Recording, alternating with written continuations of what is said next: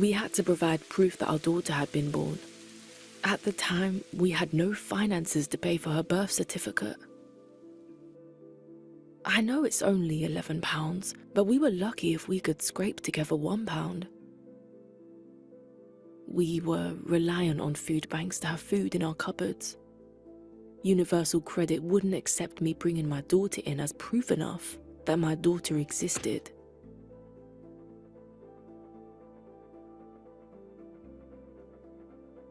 I only eat one meal a day.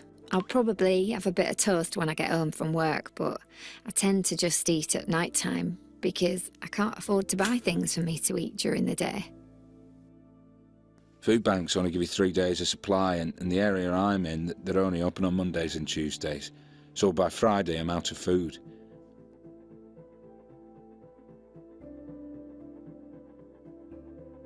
I went without washing powder for 2 weeks. I didn't do any washing for 2 weeks. I've still got a little bit of shampoo from the church. They tend to have shampoo or they'll have hand wash and toilet rolls. You're allowed 1 toilet roll a week.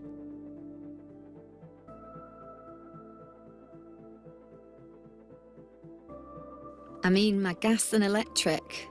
I've not paid that for over a year. I can't even touch it. I owe them thousands. But it's a kind of case of, do I pay that or do I go and buy food?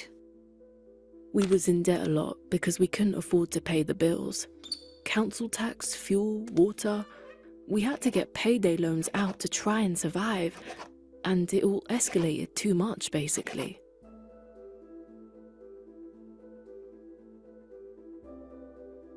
I sometimes have to borrow from my mum for toiletries. My eldest daughter, her disability, she's incontinent at night time, so she has to wear nighttime pads.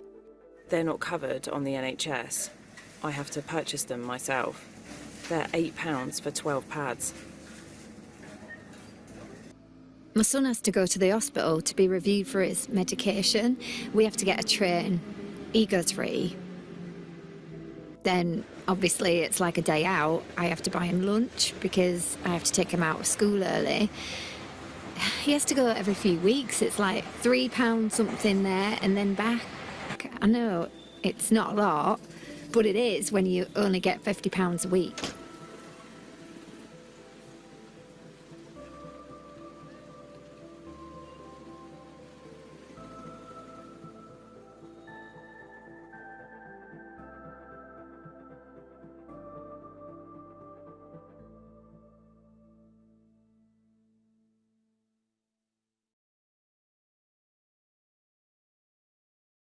Good morning. Thanks for coming in such numbers to see the launch of this report. I'm Tom Clark. I'm just coming to the end of a 2-year fellowship with the Joseph Rowntree Foundation, and it's it's a real honour to be presenting or chairing the discussion of the destitution study today, because it's that rare thing, an essential report that really could wake the nation up to something important. We've had a few of them in history, including Seaborn Rowntree, Charles Booth, the Poor Law Commission, but this does feel to me like a real wake-up moment. What is destitution? We've got a pretty clear definition, as you've heard in the video there. It's about physical need. It's about being able to keep clean and dry, warm and fed. That's it. It shouldn't be controversial, and yet there look to be signs that it's becoming harder to do for millions of our fellow citizens. Journalists report more and more often on alarming stories.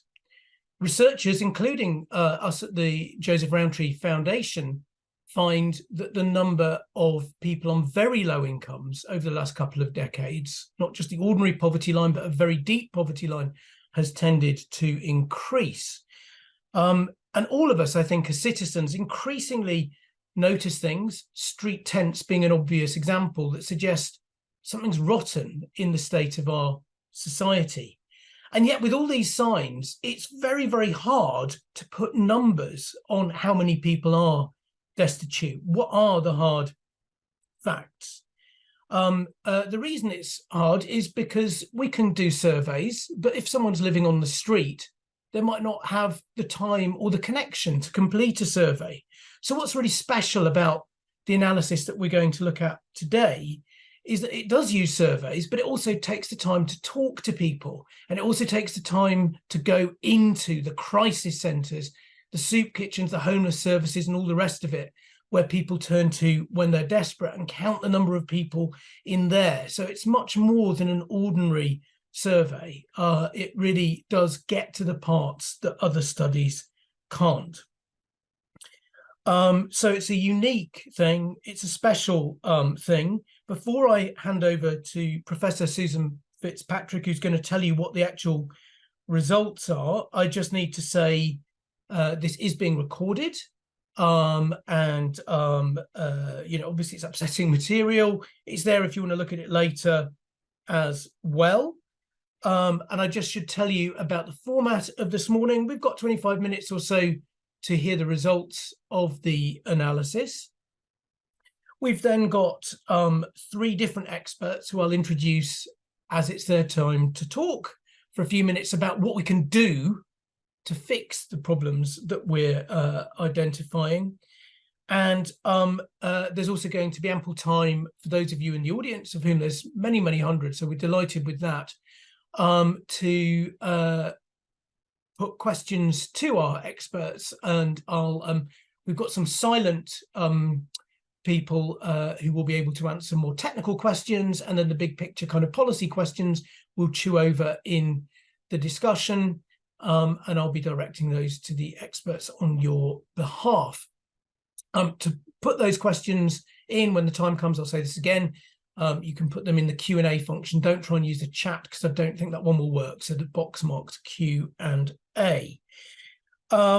Okay, the report is obviously a huge team effort, but Professor Suzanne is the doyen of homelessness studies in the UK and the guiding hand of this research. She can talk about the rest of the team, but I just want to say she's the person who's made this thing happen now over a whole series of cycles, and there's no one better placed to understand what's going on with destitution in the UK, and there's certainly nobody better placed to tell you what's going on with this report. So without further ado, over to Suzanne Fitzpatrick.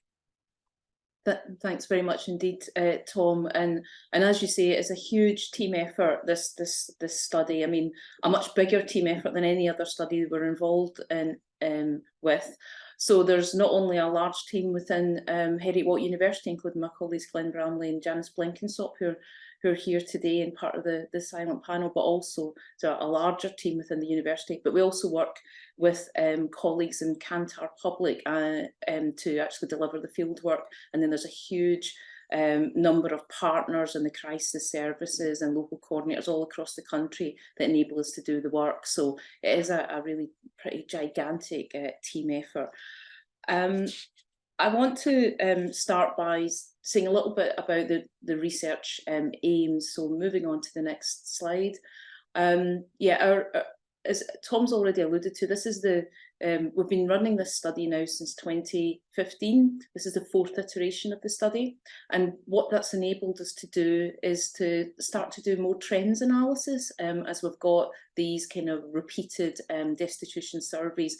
So part of our aims here are not just to work out what the scale of destitution is now or was in 2022 when we did the survey, the overall scale, but also identify trends with respect to the overall prevalence of destitution in the UK, but also its social and geographical distribution and how that might be changing. We're also concerned in this study, as we've been in the previous studies, to deepen our understanding of the drivers of destitution and the pathways in and out of it. In this particular study, we were able to explore the sort of longer-term impacts of COVID-19 on destitution in the UK, and also subsequently, of course, the cost of living crisis that we are still all faced with, how that's affecting people impacted by destitution as well. So those were the broad research aims. In terms of the methods that we applied in this study, they are pretty consistent with what we've done in, across the 4 iterations, particularly the last 2 ones before this, in order to facilitate that trends analysis. But just some of the details of the sort of scale and type of research that we undertook this year, or over between last year and this year. So the sort of central survey is, as Tom has already mentioned, is a big, very large national user survey of 111 crisis services in 18 case study areas across the UK. And we managed to achieve our questionnaire returns, over 3,702 questionnaire returns through that survey. And I just want to pause here to thank the crisis services that have enabled the survey to happen. I think a lot of them are probably on the call today, and we really just couldn't do the work at all without their cooperation. Many of them have been involved in the study right back to 2015, so we're incredibly grateful for that. My colleague Len Bramley then uses the results of these surveys in the 18 case study areas to scale up to national level via secondary analysis of over 40 quantitative data sets. So as well as the actual sort of primary data collection, quantitative data collection, there is also this very large scale secondary analysis that we use to go from those results within the 18 case study areas to what the national picture looks like. We also undertake qualitative research with each iteration of the study to dig a bit deeper on certain themes. This time round, we did 31 interviews. Our colleague Janice Blenkinsop did 31 interviews in spring 2023 with people who were destitute when they were surveyed in autumn 2022. 3/4 of whom were still destitute when we interviewed them around about 4 or 5 months after we had surveyed them.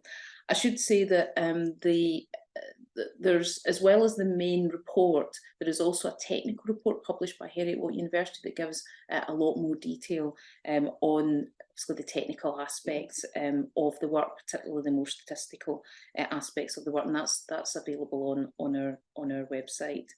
And again, I would like to just pay tribute to our Kantar public colleagues who do a lot of the field work tasks for us, and yet again they went above and beyond in this iteration of the study. We all had to cope with postal strikes, extreme weather, and all sorts of other challenges to do the survey this time round, and I'm very grateful to everybody who was involved in that, and not least the award-winning Kantar interviewer team who done so much to make it happen.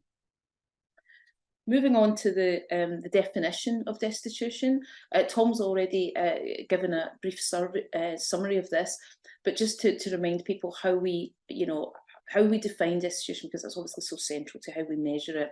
This definition is based on some very detailed work we did back in 2015 at the start of the series of studies, and represents or reflects the views of the general public on the definition that we should use. So there's 2 parts to the definition. The first part is we define people as destitute if they've lacked 2 or more of the following in the past month because they can't afford them: shelter, food, heating, lighting, clothing and footwear, basic toiletries. But we also define people as destitute if their income is so low and they have no savings, such that they're unable to purchase these essentials for themselves. So there's both a deprivation and an income dimension to destitution, and people are defined as destitute if they meet either criteria. We do, of course, uprate the income threshold over the years, and there was a particularly large upgrading required this year, of course, because of inflationary pressures, and we published a separate short report on that in October of this year, if people want more details on the income threshold. So moving on now to the findings of the study this time round, and as I'm sure most people on the call will have seen some of the media coverage of the findings this time, so be aware that we found a really shocking scale and increase in destitution in 2022. We did the survey in October and November of 2022, so but the statistics relate to our estimates of people's experience of destitution over the whole of 2022. So our estimate is that around 1.8 million UK households were destitute at some point in that year, at some point in 2022. These households included 3.8 million people, of whom around 1 million were children. That's the first time that the number of children has been anything on that kind of scale. The number of people experiencing destitution has increased sharply since we did the last survey in 2019. It's increased by 61%. But taking a slightly longer time frame, the number of people affected has actually more than doubled between 2017 and 2022. It's risen by 148%, so quite a bit more than doubled. The number of children experiencing destitution has actually almost trebled since 2017. So we're seeing a really huge increase there. We're also seeing a bit of a change in the reasons for destitution. They've shifted somewhat. There's a higher proportion of people are now experiencing destitution because they lack the most basic necessities. That first part of our definition about lacking at least two elements of that basket of essentials. But a lower proportion, but certainly not a lower number of people are destitute because they have an extremely low or no income. So the numbers affected by having a low income have increased, but the proportion of destitute population who are destitute because of their low income has somewhat declined. So we're seeing that kind of intensity of people experiencing destitution because they're experiencing those absolutely most extreme form of hardship and not having access to those absolutely core essentials. Moving on, as well as seeing an overall very large increase in the scale of destitution, we're also seeing a widening of the profile affected by destitution. And I should say this is the first time in this series of studies that we've actually seen a widening of the profile. In the first three studies, and obviously the 2016 one was the survey we did then was the first one, but when we did the repeat surveys, what we've tended to find is the overall scale of destitution has fluctuated, actually went down in 2017 and then went up in 2019, but the profile of people affected stayed fairly stable. This is the first time we're actually seeing a change in that profile. It certainly still affects mainly single people, most of them men, and I want to emphasise that. You can see that from the graph here, that single working age people are 56% of the destitute population, while only being 16% of all UK households. So that's a massive overrepresentation of that group. But what we're also seeing is an increasing number of families with children, particularly lone parent families with children affected by destitution. And we can see that in this huge rise that there have been in children affected by destitution. So lone parents affected by destitution are now more common. Again, you can see there that they are overrepresented as compared with their share of the population. The profile of destitution has also, in terms of age, has also shifted a bit. It remains the case that this is overwhelmingly an issue affecting working age people. They tend to be a bit younger than the general population, but we have seen this time round the destitute population becoming somewhat older than it's been previously. I think another statistic I would want to sort of throw in here that's quite important, that you can't quite read off this chart, is that it's important to bear in mind now that it's around a third of destitute households now contain children. So while single working age people are still the dominant group by far, you've got really substantial numbers of households with children affected by destitution. Moving on now to the housing circumstances of people affected by destitution. This is somewhere else where we can see the profile shifting somewhat as well from previous iterations of the study. You can see from this chart, hopefully, that in 2022, around 3/4 of destitute households were living in a home of their own. Now, these households were mostly living in social housing. 55% of those who had a home of their own, 55% of that 72% were social tenants. 35% were private tenants, and only around 1 in 10 were homeowners. So that's obviously a very, very different tenure profile from the general population, where the majority are homeowners. But it's also important to draw your attention to the fact that you have a very substantial proportion of the destitute population are not in mainstream household populations, a point that Tom touched on. So you've got people living in hostels, refuges and so on. You have people living in temporary accommodation provided by the local authority. You have people living in other people's homes, staying temporarily with friends or sleeping rough. And it's one of the reasons why the destitution survey, as Tom said, is so important in our view and is unique, is that we reach out via the crisis services to capture people who would not be captured in mainstream household surveys a lot of the time because they're not in those households.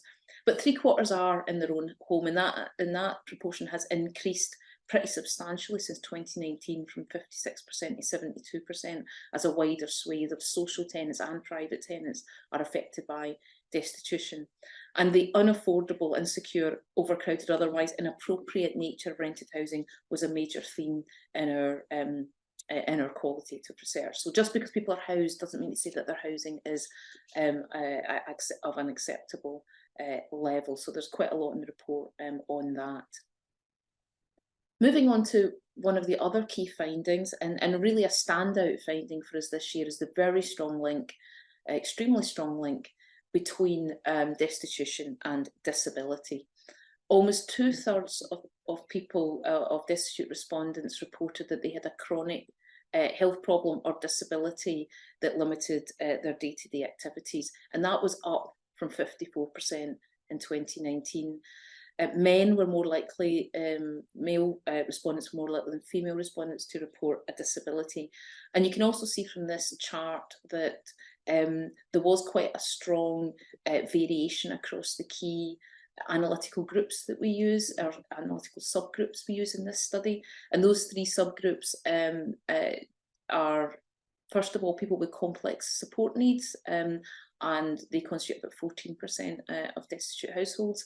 And the other 2 groups are people born in the UK other group who don't have complex needs, and the final group are migrants who, again, don't have complex needs.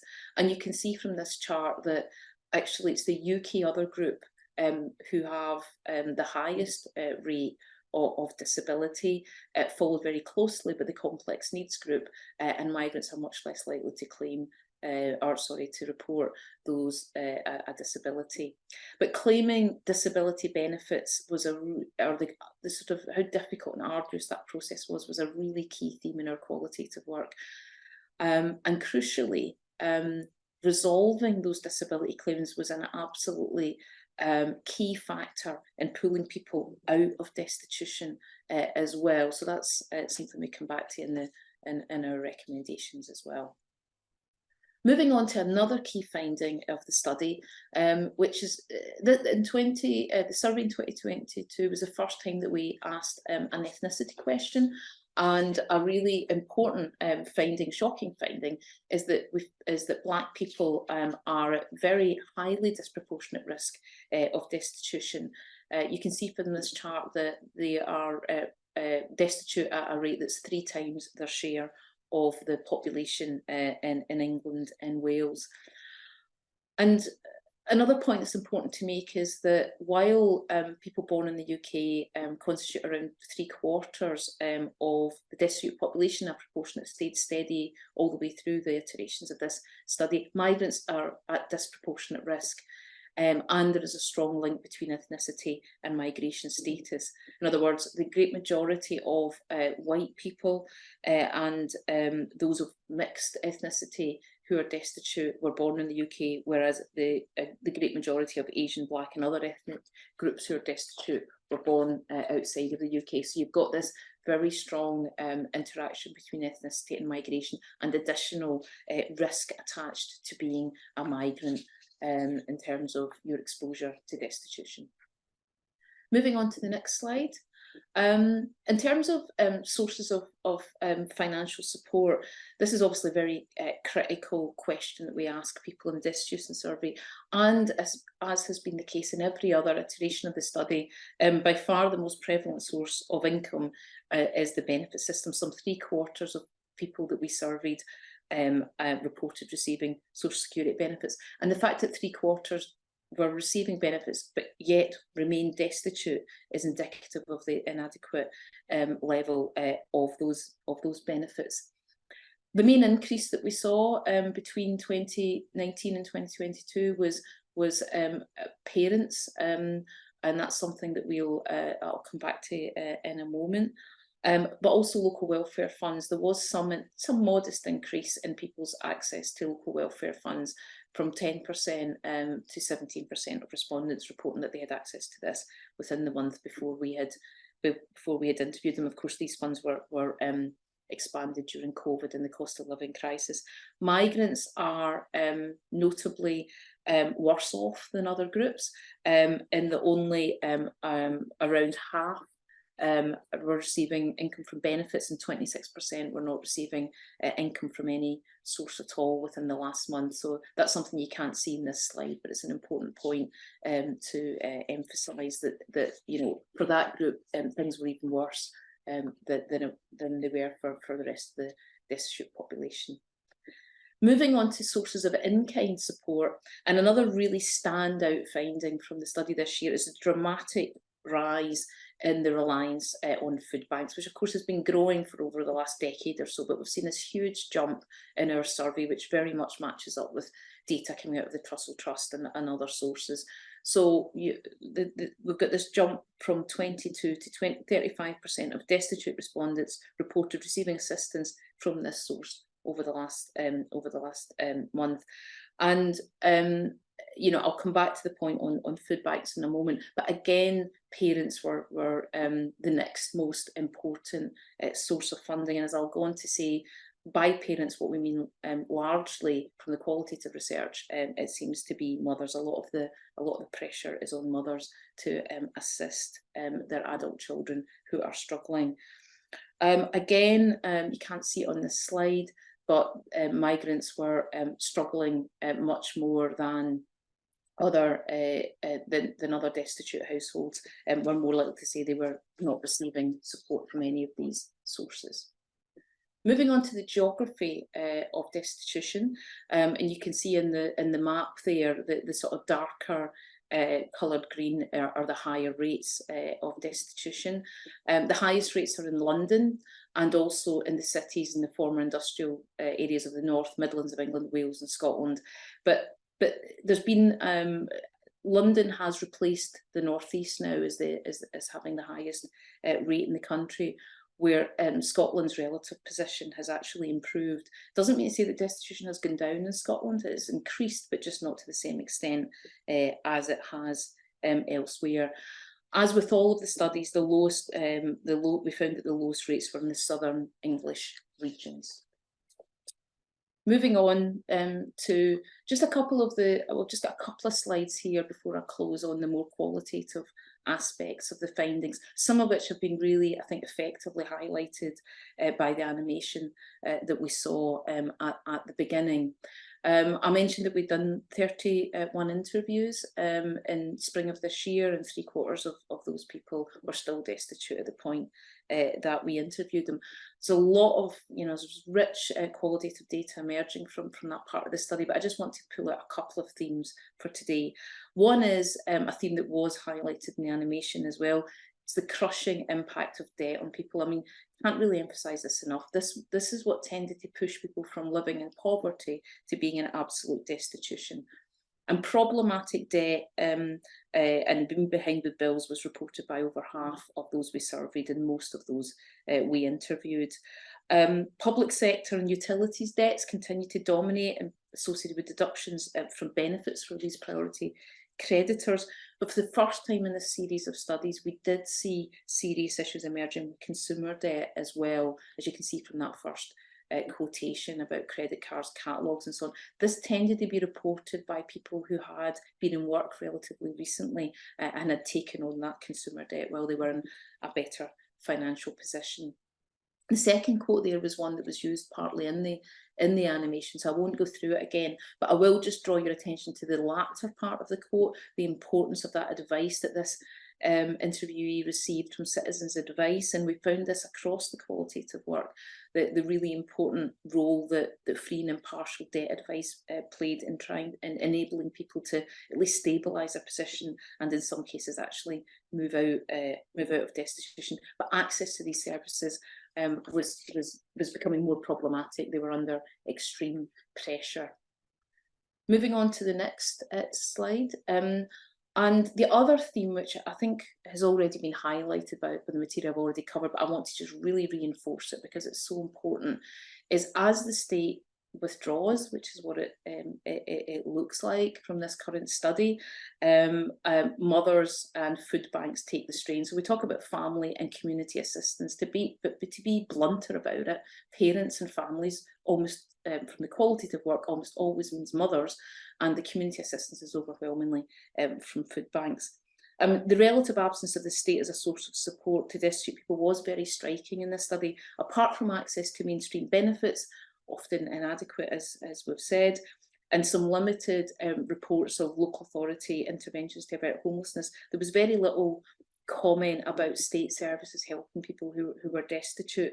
And it was striking that only around a fifth of people had access to local welfare fund in the last month, even though they were clearly in an emergency situation when we surveyed them, because they were destitute. That had risen a bit since 2019, as we've said, but it's still only a fifth of people had got access to help from that source. One of the most shocking things in this year's qualitative work was the extent to which parents, and again, largely mothers, but also fathers, reported eating only one meal a day in order that their children had a more adequate diet. That was something that was mentioned over and over again. And I've made the point about material support from parents, particularly mothers, to adults experiencing destitution was also a strong theme. But one of the things that you can see here in the first two quotes is how problematic that can be. And quite often these parents, these mothers, don't have very much themselves, as is captured in the first quote there. But also it's just very embarrassing for adults to have to rely on their parents, particularly parents who don't have much themselves, and their mothers in particular, to help them eat. So it is humiliating, it is embarrassing, as this interviewee said. But it's also humiliating to use food banks. I mean, this has been another very core theme all the way through the destitution studies.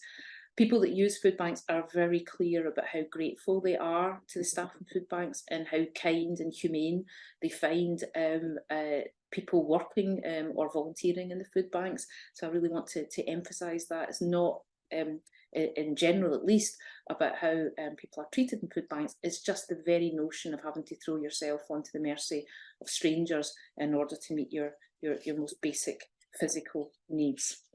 So to conclude, rather than conclusions, we thought it made more sense to actually just take a couple of moments to talk about what the report says about the action needed to address the shocking level of destitution that we see now in the UK.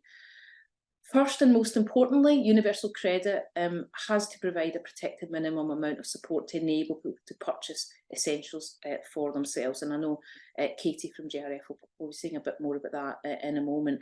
But what's really critical is not just the overall level of universal credit, it's also that benefit deductions for debt and sanctions, benefit over payments and advances and so on, should not be allowed to reduce support below that level that at least allows people to purchase the essentials without having to rely on charitable or family help.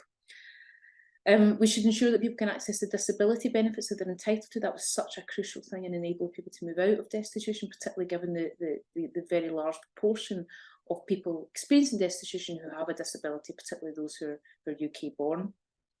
We have to make available cash-first financial assistance in all areas of the UK. Of course, the local welfare fund is very patchy now in England because it's not a statutory requirement. Some local authorities have closed it down altogether, although there was a revival under COVID. It's still extremely uneven. We still have national welfare funds in the other parts of the UK, but we really need to do something about this in England. And also to ensure that all people who need it in an emergency can access, including those with no recourse to public funds. Because as Tom said, we're really talking here about people's absolutely most basic physical, physiological needs. We're not talking about, you know, wider debates on access to public funds, but just ensuring that people can survive. Finally, I just want to flag this point that came out more clearly, I think, in this study than in previous iterations, about the need for access to free and impartial advice service to address the debt issues people face, but also the benefits and housing issues as well that keep them destitute. That was something that really was had a very positive impact for the people that were able to access these services, but so many people weren't able to. Thanks, Tom.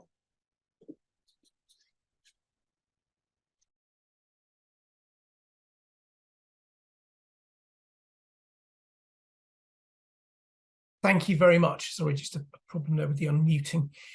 A fantastic overview, Suzanne, but a kind of chilling overview as well.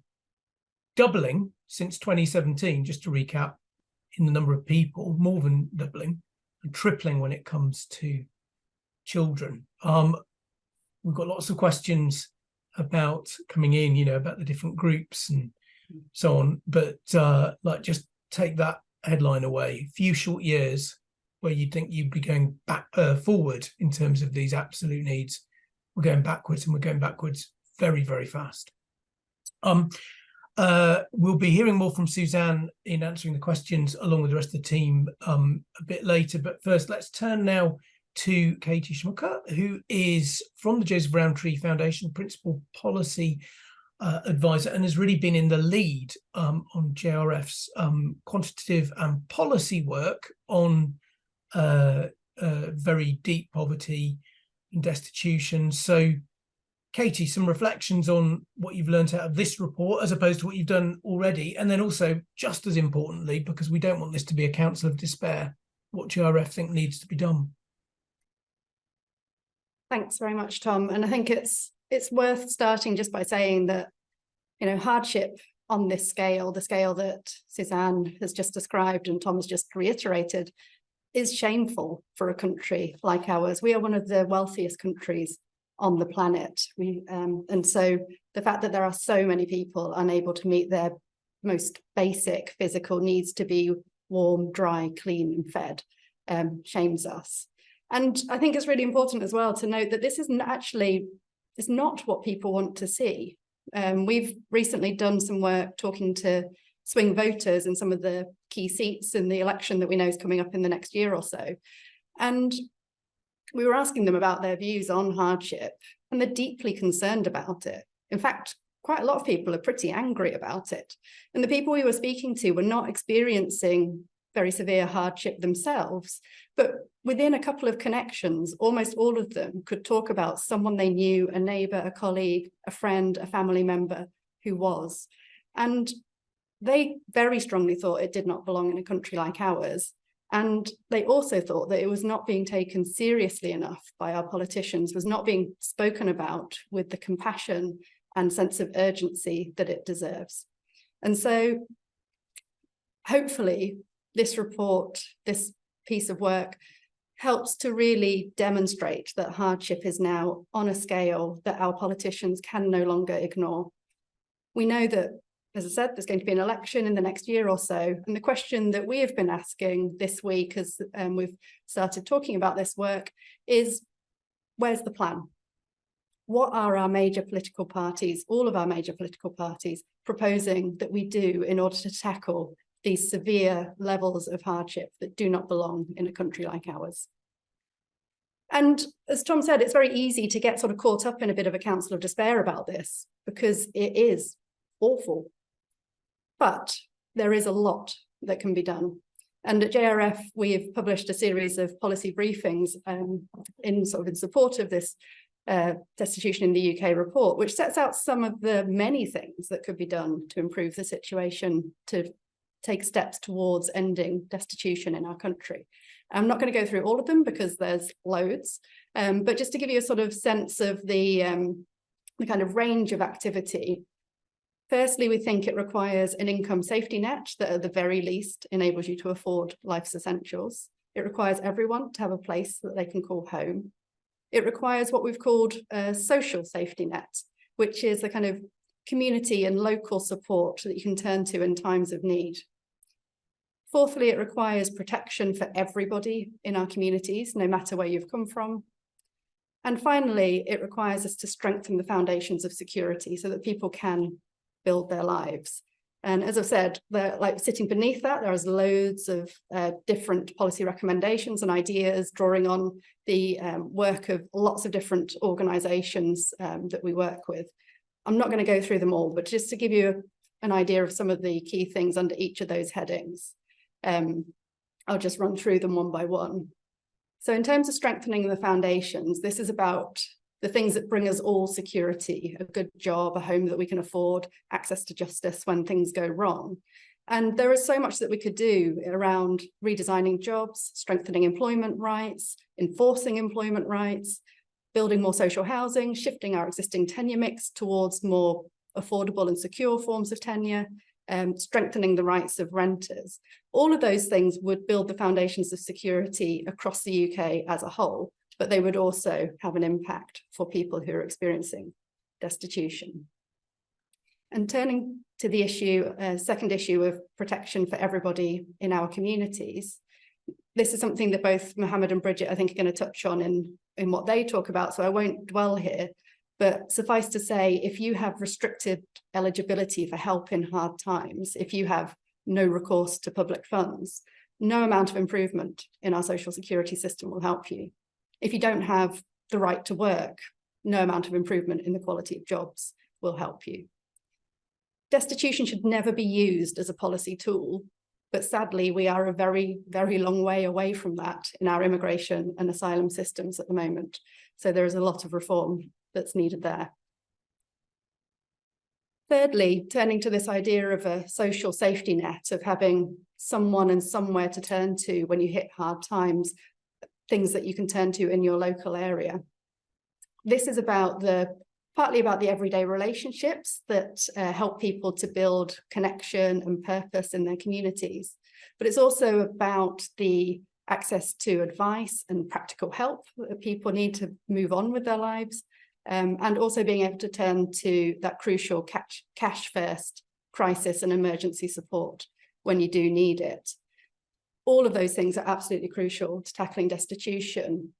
And so the question we've been asking is, how can we firstly more effectively stitch together the support that already does exist between local community action and the work of the local state?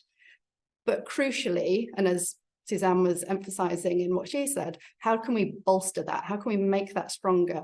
It is quite shocking, frankly, how little statutory support people were able to draw on, how few people had drawn on things like local welfare assistance in the study. And we have a household support fund, which was created in the sort of latter stages of COVID and then carried on through the cost of living crisis. That has really played a big part in bolstering the support that is available at the local level, particularly in England, where it had become extremely badly eroded. That is due to finish in April of next year, and we think it's absolutely crucial that that becomes a permanent part of our system of protection at the local level. So we would argue that the Household Support Fund needs to continue. Turning to a place to call home, we all know that a home provides us with stability, with security. It enables us to put down roots and build our lives. But we have really lost the ambition that we found during the pandemic to end homelessness. We've had spiralling housing costs as well since, which are pushing more and more people into hardship and destitution. We're seeing temporary accommodation at a record high, and it is often truly terrible quality and expensive, making bad situations even worse for people. So we would like to see the local housing allowance that supports private renters reset so that it does once again fully cover the bottom 30% of local rents. And we also think we need to reshape and reform the dysfunctional markets for temporary accommodation, including exempt accommodation, by tightening and enforcing regulation and ensuring that the collective purchasing power of the public sector is being used in order to drive up standards. And those things, of course, go alongside the need to build more affordable housing and shift our tenure mix. And then finally, our social security system, our income safety net. As Suzanne pointed out, and I think it bears repeating, nearly 3/4 of people experiencing destitution were in receipt of social security payments. They were receiving universal credit or one of our other legacy benefits. After more than a decade of cuts and freezes, our system is clearly failing to protect people from hardship. And actually, in too many cases, it is actively pushing people into destitution. And there are a lot of sharp edges to the system that I could talk about here. You know, I could talk about deductions, the 5-week wait for universal credit, the 2-child limit within our benefit system, sanctions, disability assessments, the levels of take-up. But, you know, don't worry, Tom, I'm not going to cover all of those because I don't have time. So I will instead limit myself to saying one thing, which is that our social security system should be there for all of us when we fall on hard times. That is a principle that the public really strongly agree with, because life can come at any of us fast sometimes. You can lose your job, you can get sick, you can find yourself needing to care for a loved one who's disabled. When that happens, at the very, very least, our system of social security, universal credit, should always be enough to afford life's essentials like food, utility bills, basic toiletries and cleaning products.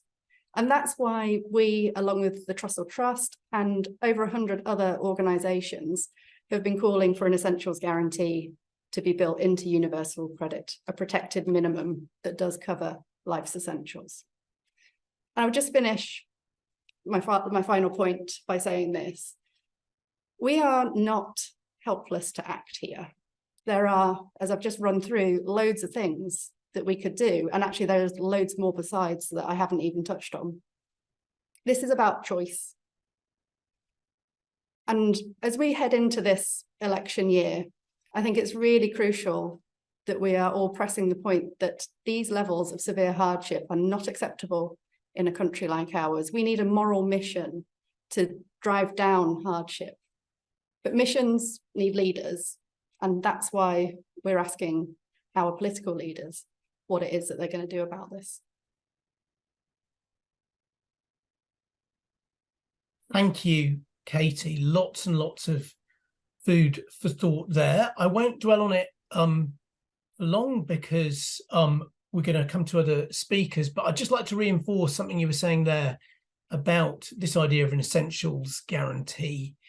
And, you know, the scores of organisations who are now joining Trussell Trust and JRF in backing that. And it could just be a way of reframing the whole argument about social security that gets us into a better and a more decent place as a country. You know, civil society is behind this because a lot of people are behind it. And if you make the case, as all of us at JRF have been tasked with doing, and say, like, instead of just talking about benefit rates and whether they're too high, but let's talk about what someone absolutely needs and ask the public what people absolutely need, and you get a list that includes an occasional pair of socks and 2 meals a day and a water bill and so on, and then suddenly you flip the question, you flip the discussion. So it's about which bit of your water bill do you think that you shouldn't be paying if you're asking someone to get by on existing universal credit rates, particularly for young people where they're very low. But anyway, enough from me. I need to move on to our next speaker, who is Mohammed Ali from Community Links, I think based in Newham, deals a lot right at the, you know, in policy circles we call the front line. In other words, talking to real people at the sharp end of all of this, many of whom are on this call. We mustn't get into the habit of thinking that the people who are at the sharp end of this are any different, because as Katie says, life can come at anyone very fast. Mohammed, I'd like to know from you, first of all, how what you see, if I've got it right, in Newham tallies with what we've heard about in this report, and also from where you are dealing with these services and these hardships, what looks like the most pressing thing to change for you? First of all, thank you, Tom, for introducing me, and thank you for JRF for inviting me to this webinar. I would like to say on behalf of Community Links, we are quite proud to contribute to the report and to the research. So in terms of your question, yes, there are what was discussed in the report is something that we are seeing on the front line. And during I think during the advice session, our advice team have actually seen an increase in these categories of people that you have mentioned in the report. For example, we see a lot of working people coming to our food bank services, seeking advice because they are struggling with food and they can't afford it. So I think during the cost of living crisis, they were deciding whether it's heating or eating. So they were going down that route. Oh, do I pay for my food or do I pay for my heating? Especially during last year when it was extremely cold during the winter months. We've seen a rise in unemployed people coming into our food bank services, especially lone parents who are on benefits. And we've seen during the advice team, we've seen quite a lot of those people who are on benefits, who are on universal credit, are subject to very high deductions. Occasionally, our advice team have actually seen a number of service users who have less between £100 to £200 per month due to the amount of deductions that are being taken away from their benefits, and that's just their standard allowance alone, which causes them to be destitute, which causes them to rely on food banks more often. We have seen the rise in pensioners. But traditionally, in the past, pensioners were seen to be better off. But given the cost of living crisis, given the energy crisis that we're currently facing, the dynamics have now changed in terms of we're now seeing a rise in pensioners seeking support on food banks and seeking support on benefits, understanding what benefits they can claim and how best they can come across budgeting and managing their day-to-day finances with the little income that they've got. Furthermore, we've actually seen a rise in ethnic minorities. In particular, we've seen a rise in students' visas. So we've seen a rise of students who are NRPF, who cannot claim benefits due to their student status, who aren't able to work due to complications, perhaps immigration or due to their right to work. And they have come to our food bank as they are currently, they don't have enough money to sustain a living and come to food bank for the emergency support services. I have a case study which I've seen a service user who is NRPF, and his only way out was his right to work. So he wasn't able to claim any benefits at that time due to his immigration status. And what happened was he had to go for work.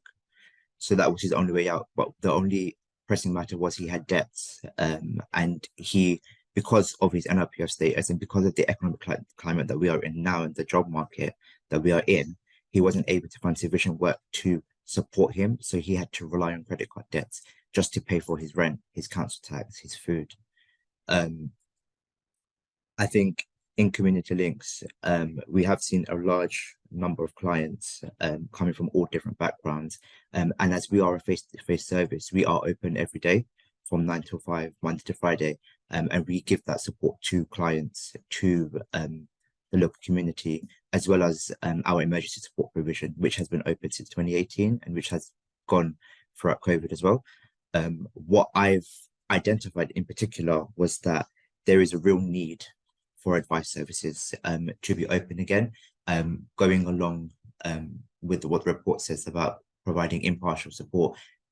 From my personal view, I've seen a need for essentially a need for face-to-face services to be easily accessible for those who are disadvantaged, whether it's social, whether it's economic, whether it's ethnic disadvantages.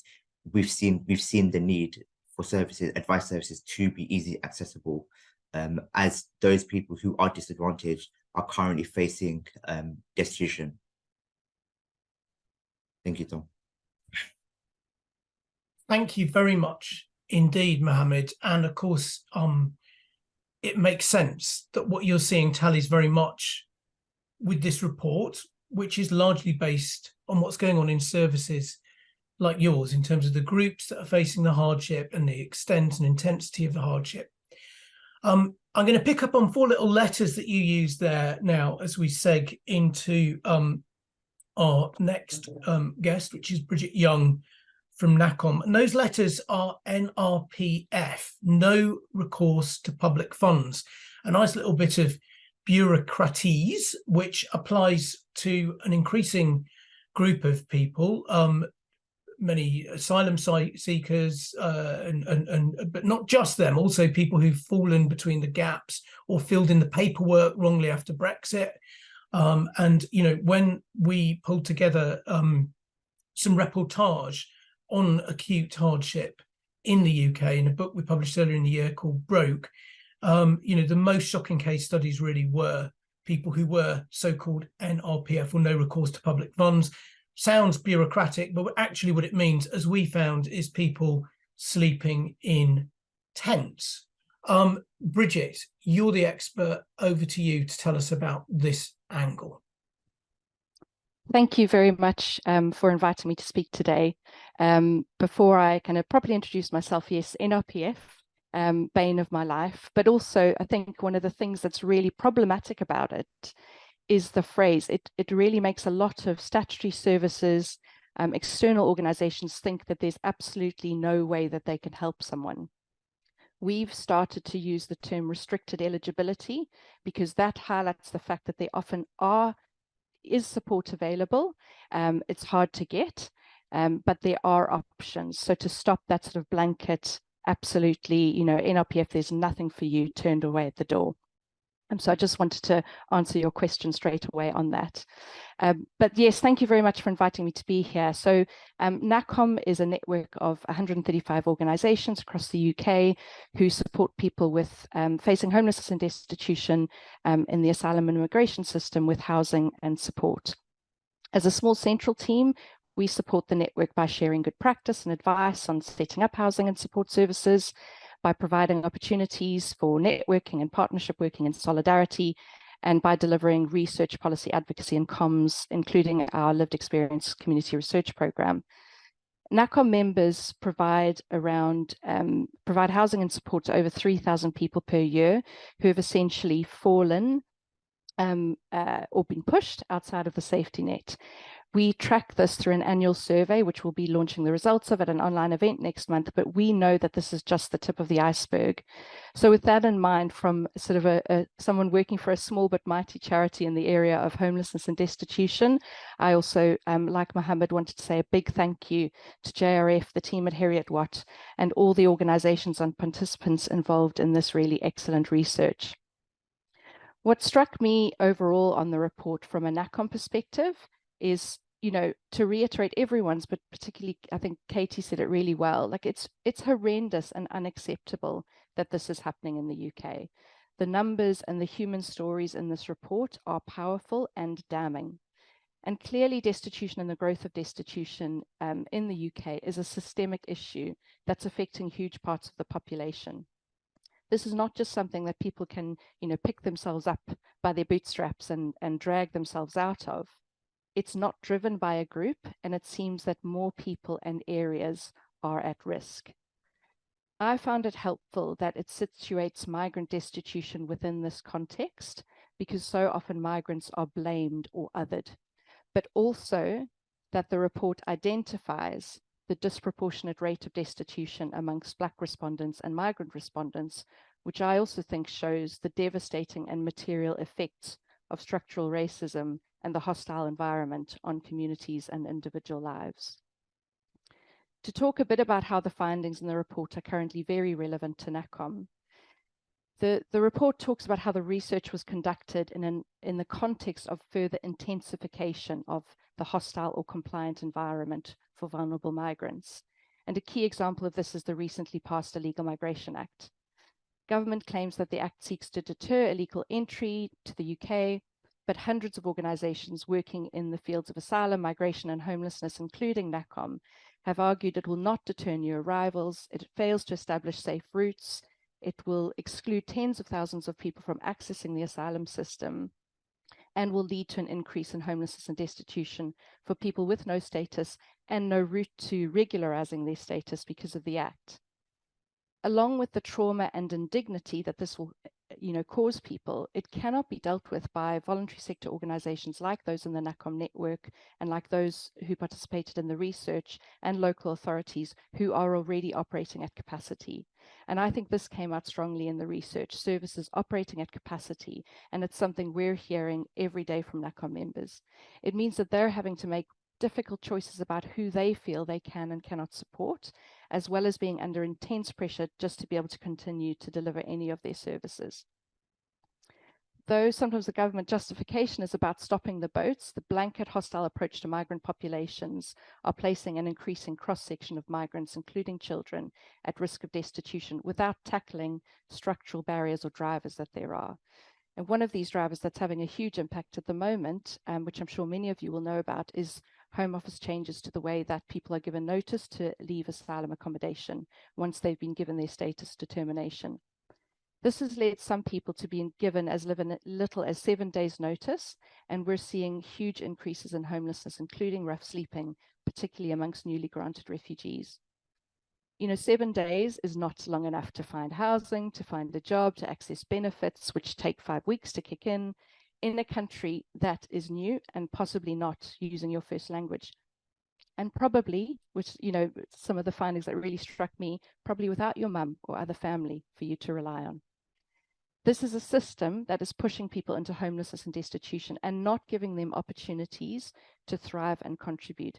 And it's particularly galling as so many of us were calling for the original 28 days notice to be extended to at least 56 days notice in line with mainstream legislation like the Homelessness Reduction Act. So that's one thing we could do, and I know that's in the report and the separate briefings as well.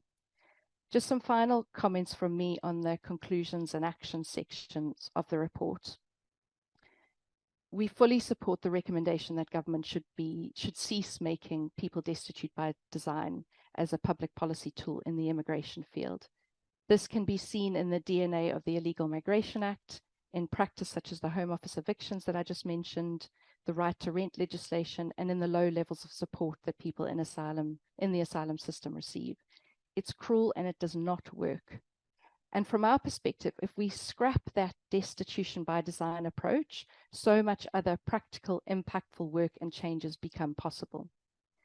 As part of the Lift the Ban coalition, we also support the call to allow people seeking asylum to work. It's really good to see the fact that the report highlights the importance of advice for migrants facing destitution. While good quality housing is hugely important, it's advice and casework that unlocks long-lasting routes out of homelessness and destitution.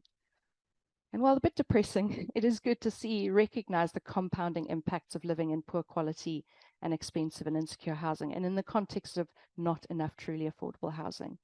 We talk about kind of a triangle of need that needs to be addressed to work in tandem to support people out of destitution at NACOM. It's the asylum and immigration system, the justice system, and housing. And that might seem overwhelming, but I think it's a good thing because it means we can focus our attention on structural issues.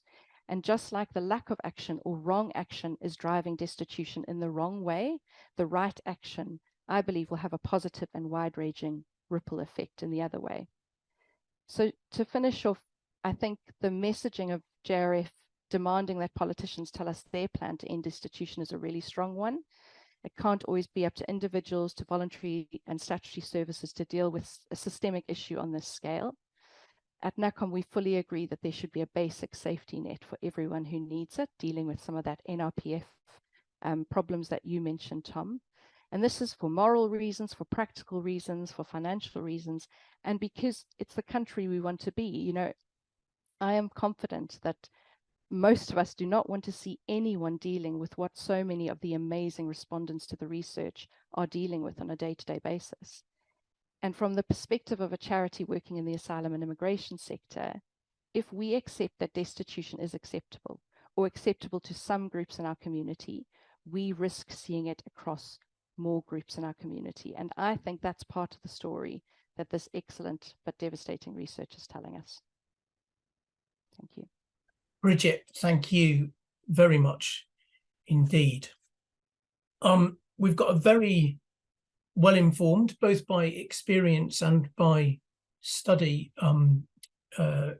group of people, hundreds of people online listening to this, and we've got some really good questions coming through, which we'll attempt to kind of group a little bit and put to some of the panel now. Just while the panel get their thoughts together, I'll start with one which we've got two questions on, which is suitably bleak after what we've heard, which is about suicide and whether that's rocketing as a result of this.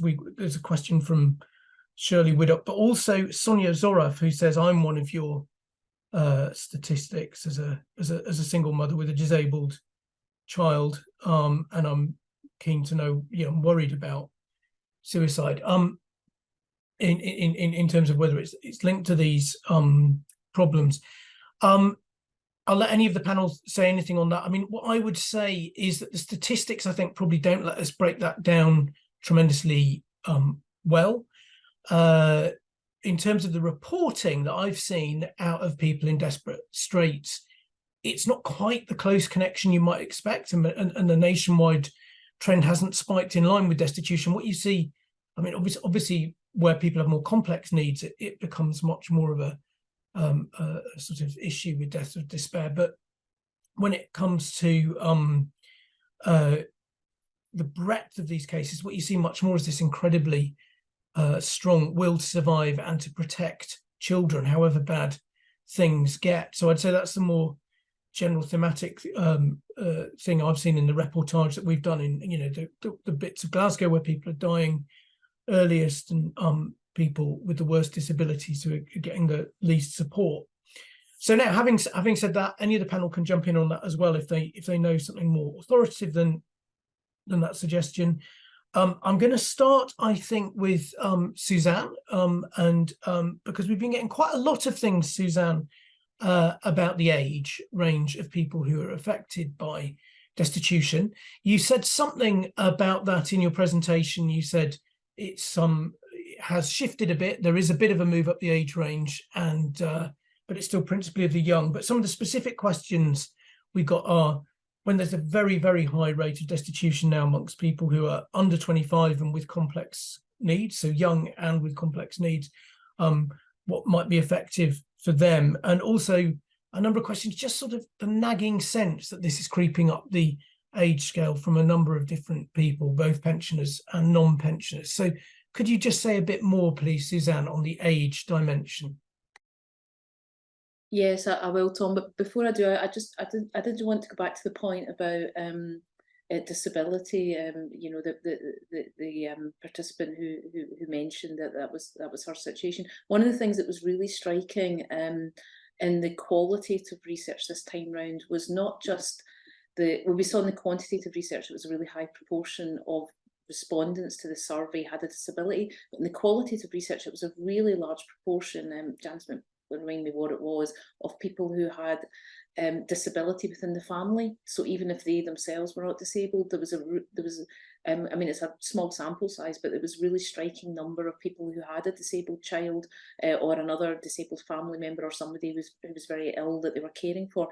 And that was a really big issue, both in terms of the obviously the additional pressures and so on that brings, but in terms of the additional costs that it imposes, and also the difficulties it poses for people, even those who are in work, doing additional hours and so on. So that whole issue of disability definitely went beyond respondents' own disabilities to a really kind of strong theme in terms of the household circumstances, and I think it also sheds further light on the whole notion of work as a route out of poverty or destitution. I think for a lot of people, those caring responsibilities are make that very, very difficult.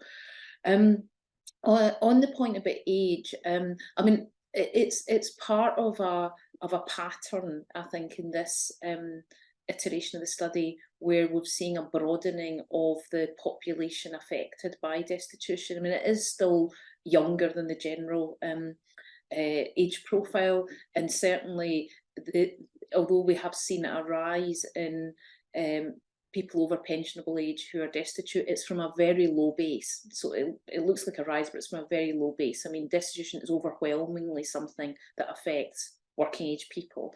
So we've seen some increase at the higher age spectrum, but it's from a low starting level, and it's still predominantly, when I say young, it's not necessarily very young people, it's people in that middle age bracket are the majority of the destitute population.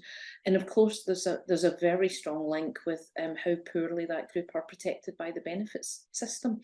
So, you know, that they are, particularly single people, are very poorly protected, single working age people. In terms of the younger end of the age spectrum, it was something that sort of jumped out at some of the analysis this year, and I saw there was an exchange between Glenn and Chris Golden on this in the chat, that there is this kind of large proportion of people with complex needs who are under 25. That's something we haven't seen before, and obviously, you know, we're limited in terms of, you know, how much kind of detailed data we have on that. But I think it'd be something that would be worth, you know, doing a deeper dive on to see what's happening there, because that is something that is different this time around. Of course, that age group, the under 25s, are particularly exposed to destitution because of the you know, the very weak protection they have from the welfare system, not just in terms of mainstream universal credit, but the limits on you know, the housing allowance and so on as well. So it affects under 35s, but under 25s are particularly badly affected. So I think there's something going on at that bottom end of the age spectrum. There's also increases at the top end, but from a low base, and the majority are still in that middle age bracket. Thank you very much. That's clear and comprehensive. I wanted to talk in a slightly more general way now here, and I thought I'd bring both Katie and Mohammed in on this, because we've had two questions about really growth. The opposition's talking very much about how we're going to sort out growth, and that will be the key to unlocking our problems. And John Farrar said, well, what would happen? Could we do this through an approach that prioritizes growth first, and we'll worry about spending later?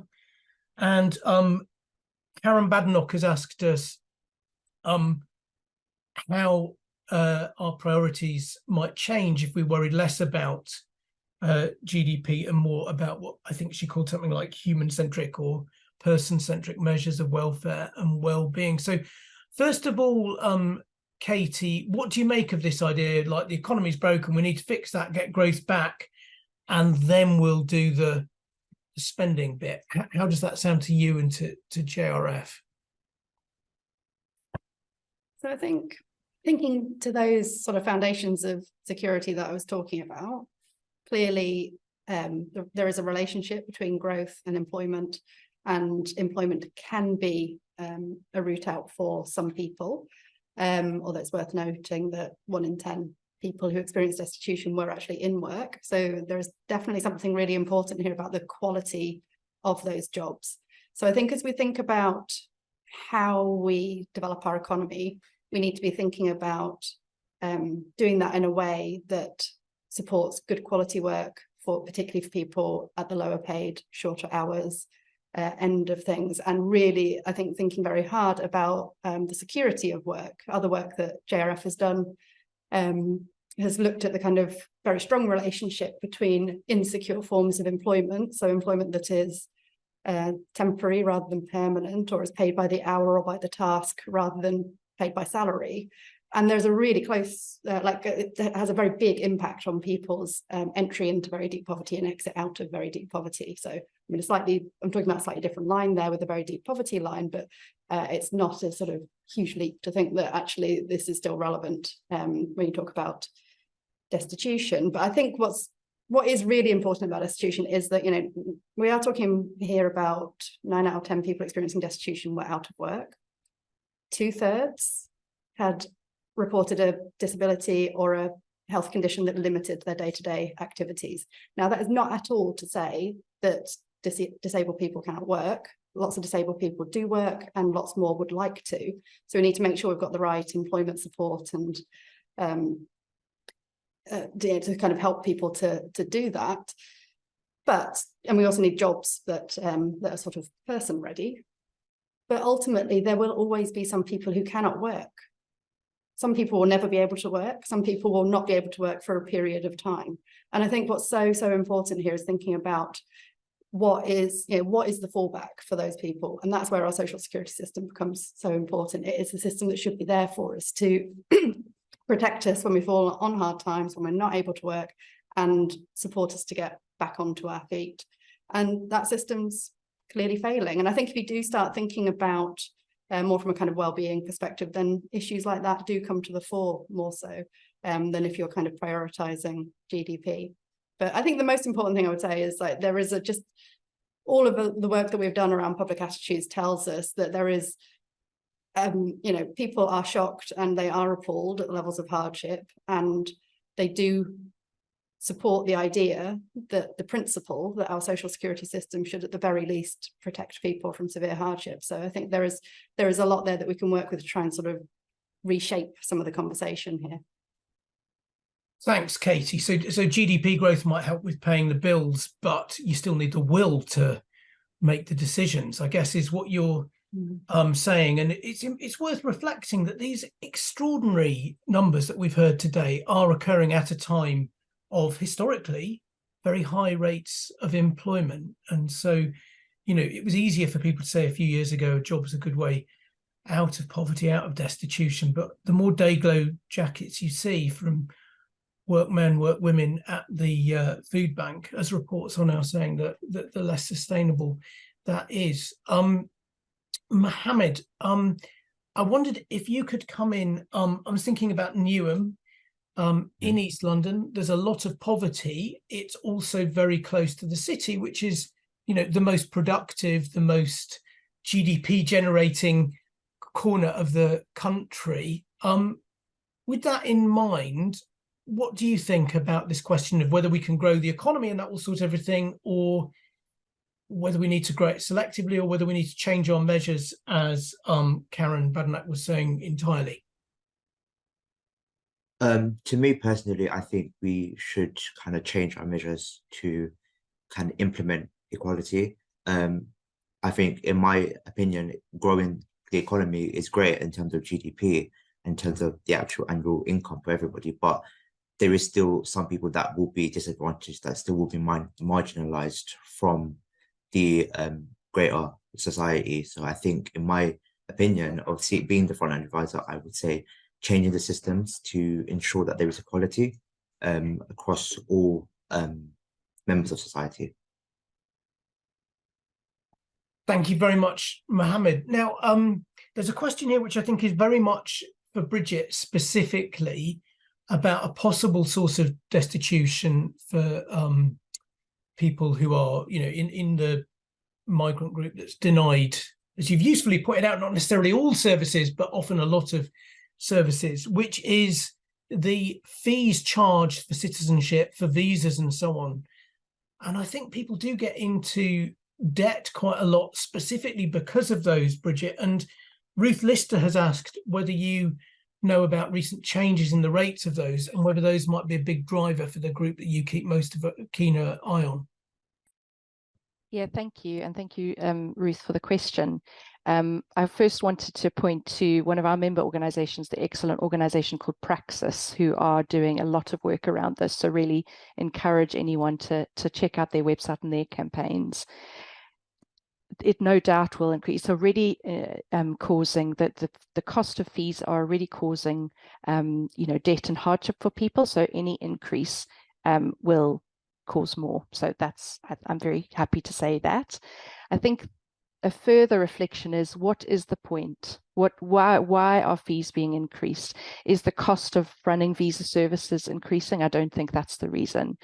I think it's another sort of harshening, intensification of the hostile environment, which the JRF report points out, about making it more difficult, more costly for people who are not born here to live lives here, to to work, to thrive, to contribute to their community. And I go back to, I think this is a really practical example of that will make things worse. And unless we change that destitution by design in the immigration system, which the report so sort of powerfully puts out, these sorts of like practical policies that will cause hardship to different groups in the migrant population will just continue to increase. And that's what we've been seeing over the last few years. And that goes back to my earlier point about kind of a blanket hostile approach that's affecting different groups in different ways. But until we change that blanket hostile approach, it will just, I think, unfortunately keep getting worse. Thank you very much, Bridget. I'll just chip in and say, because it's the reportage that that JRF commissioned from Daniel Trilling with the group of migrants who are stuck in the system, found a couple of different women who were completely stuck by these charges. It taught me that the Home Office reports on its website how much it costs to process many of these charges and what it actually charges. There's a big gap. It's making a profit. It's locking people in this condition sometimes where they can't work because they haven't got the right paperwork. So it's locking them on dependency, but at the same time, it's not allowing them to be dependent. And it's a huge issue, and it sounds like an aggravating one too.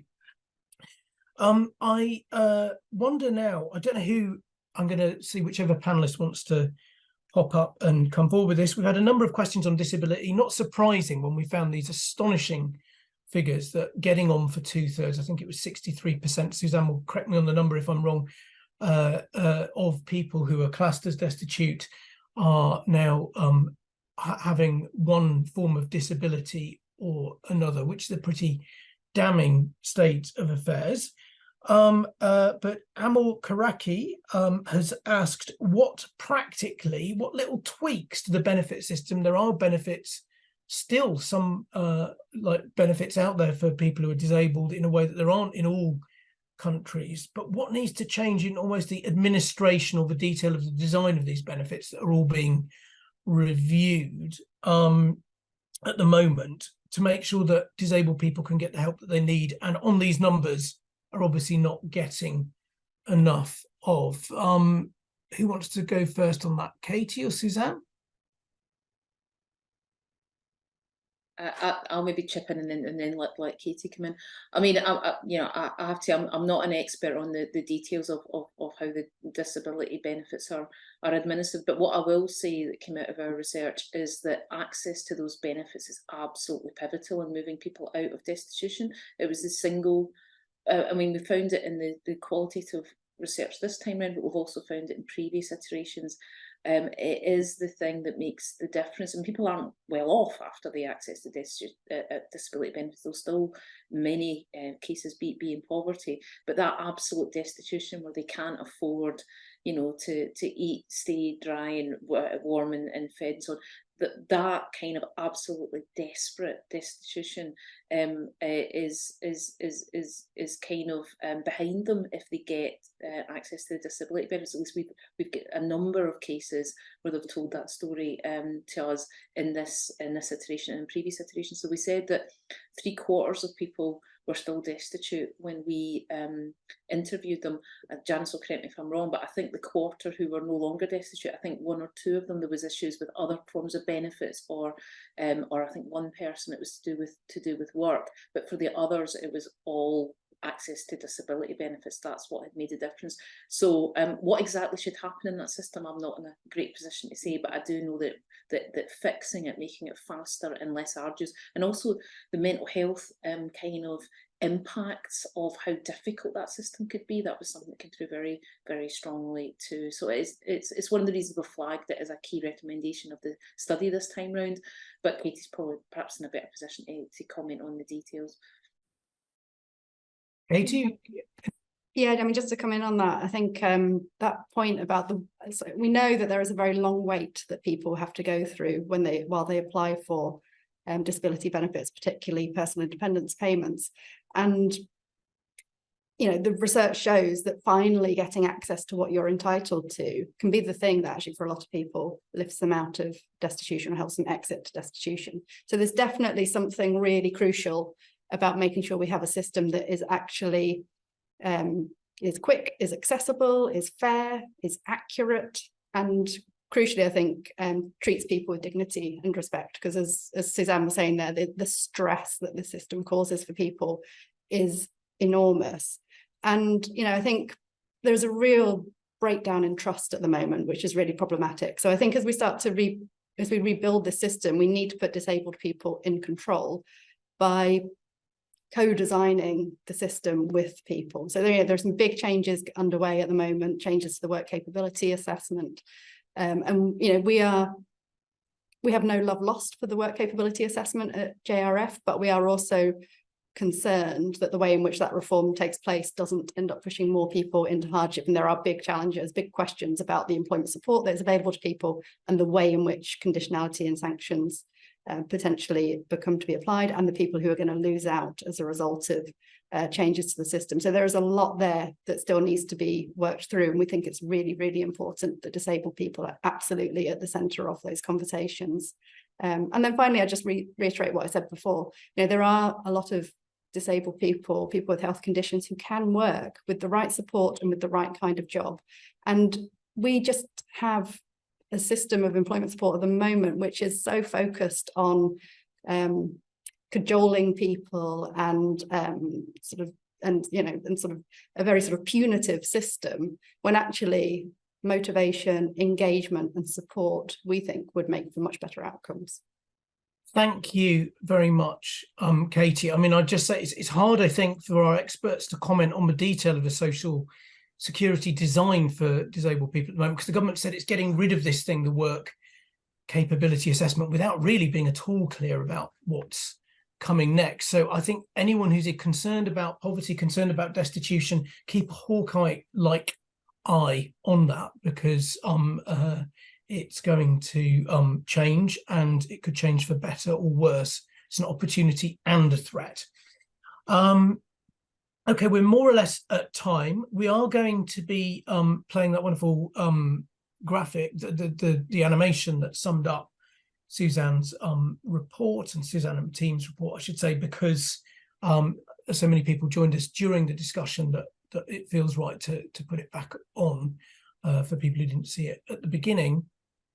So I would like to thank Suzanne and everyone at Heriot Watt and everywhere else that's been involved, a multi-person and a multi-kind of institutional effort in pulling this together. So I'd like to thank everyone on behalf of JRF, but also I'd like to thank Bridget and Mohammed and Katie for bringing their expertise to it as well. And just before we go to that video, I was quite taken by this comment. So I'm just the way these things go, they pop up. We had a comment. I'm just trying to find the woman's name.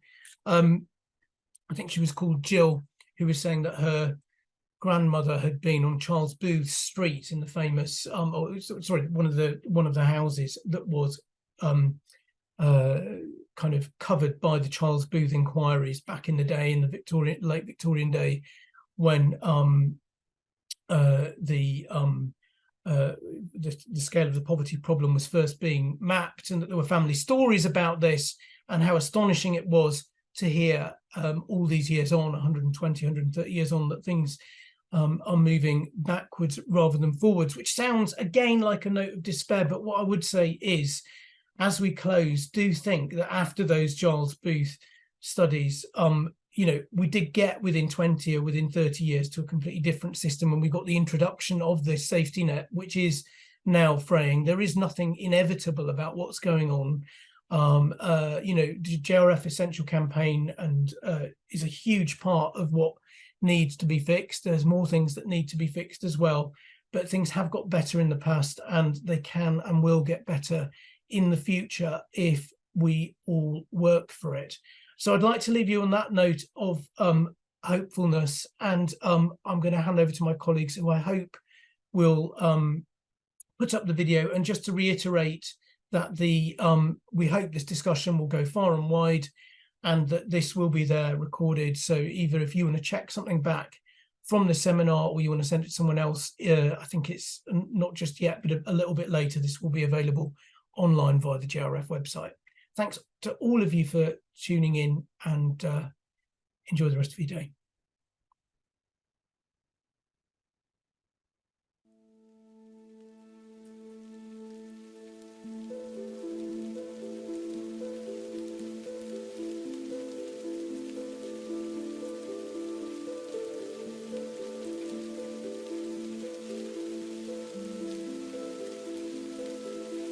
We had to provide proof that our daughter had been born. At the time, we had no finances to pay for her birth certificate. I know it's only £11, but we were lucky if we could scrape together £1. We were reliant on food banks to have food in our cupboards. Universal Credit wouldn't accept me bringing my daughter in as proof enough that my daughter existed.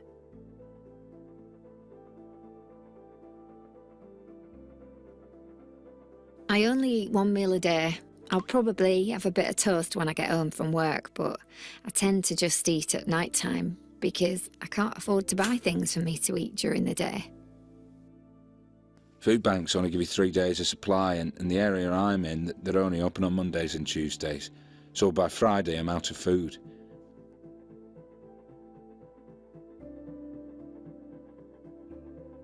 I went without washing powder for 2 weeks. I didn't do any washing for 2 weeks. I've still got a little bit of shampoo from the church. They tend to have shampoo or they'll have hand wash and toilet rolls. You're allowed 1 toilet roll a week.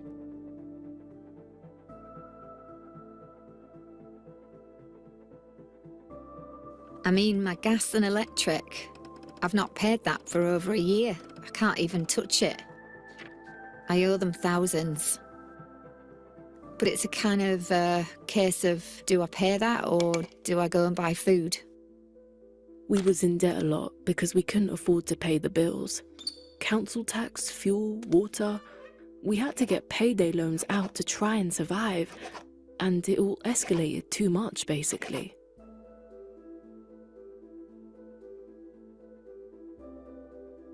I sometimes have to borrow from my mum for toiletries. My eldest daughter, her disability, she's incontinent at night time, so she has to wear nighttime pads. They're not covered on the NHS. I have to purchase them myself. They're £8 for 12 pads. My son has to go to the hospital to be reviewed for his medication. We have to get a train. He goes free. Then, obviously, it's like a day out. I have to buy him lunch because I have to take him out of school early. He has to go every few weeks. It's like £3 something there and then back. I know it's not a lot, but it is when you only get £50 a week.